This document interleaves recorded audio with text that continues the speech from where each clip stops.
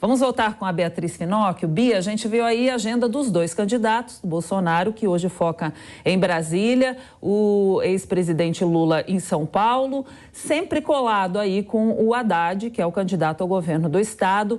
O Tarcísio de Freitas, que é o candidato do Lula, está mais do Bolsonaro, está fazendo a sua campanha um pouco mais à parte. Enquanto o Bolsonaro fica lá em Brasília, ele atrai os seus eleitores e faz a sua campanha aqui em São Paulo, óbvio, né? Como você vê essa proximidade aí do Lula com o Haddad e o Tarcísio fazendo a sua campanha aqui em São Paulo, mas só enquanto o Bolsonaro fica lá em Brasília? Antes, vou dar a hora certa aqui na PAN, 10h29 nesse momento.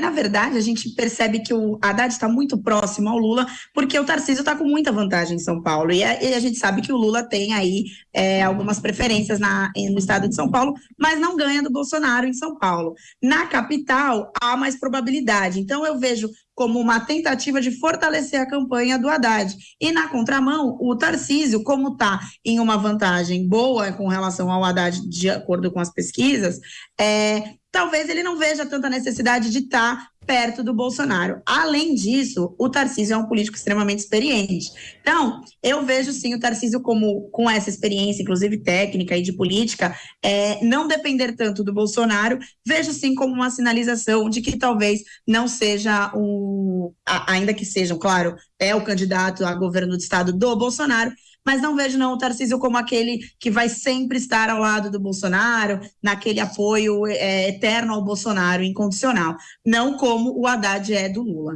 Uhum. Bia, e a gente viu aí a agenda do Bolsonaro com os cantores sertanejos lá em Brasília, enquanto o Lula aqui em São Paulo foca mais nos religiosos.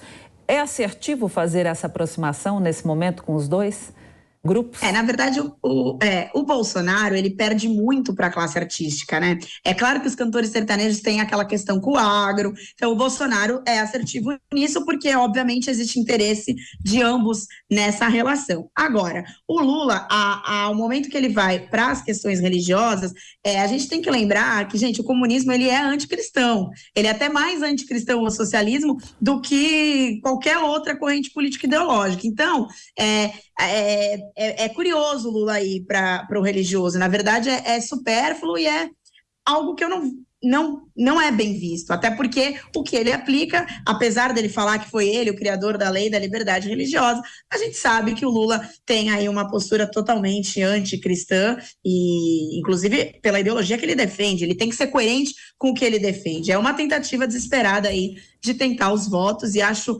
um atraso imenso para o desenvolvimento econômico, político e social do Brasil. Associar a política à religião não é algo que é interessante, não no século XXI, né? E, além disso, o Bolsonaro, aí, em contrapartida do Bolsonaro e no movimento dos artistas, a gente vê aí muitos artistas indo mais à esquerda por interesses, infelizmente, obscuros, ou talvez por ignorância, não sei exatamente o que, mas sabemos que tem interesses nisso.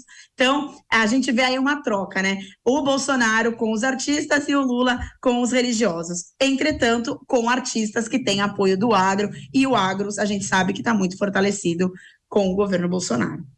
E com essa disputa aí por apoios, nós fizemos uma arte para mostrar quem está com quem neste segundo turno. Você vê aí o candidato Lula, que conta com o PSB, PCdoB, o PV, o PSOL, a Rede, Solidariedade, Avante, o Agir, o PROS. E no segundo turno com o PDT, Cidadania, PCB, UP, PSTU e o PCO. Já Bolsonaro, no primeiro turno, teve o apoio do PP e dos republicanos.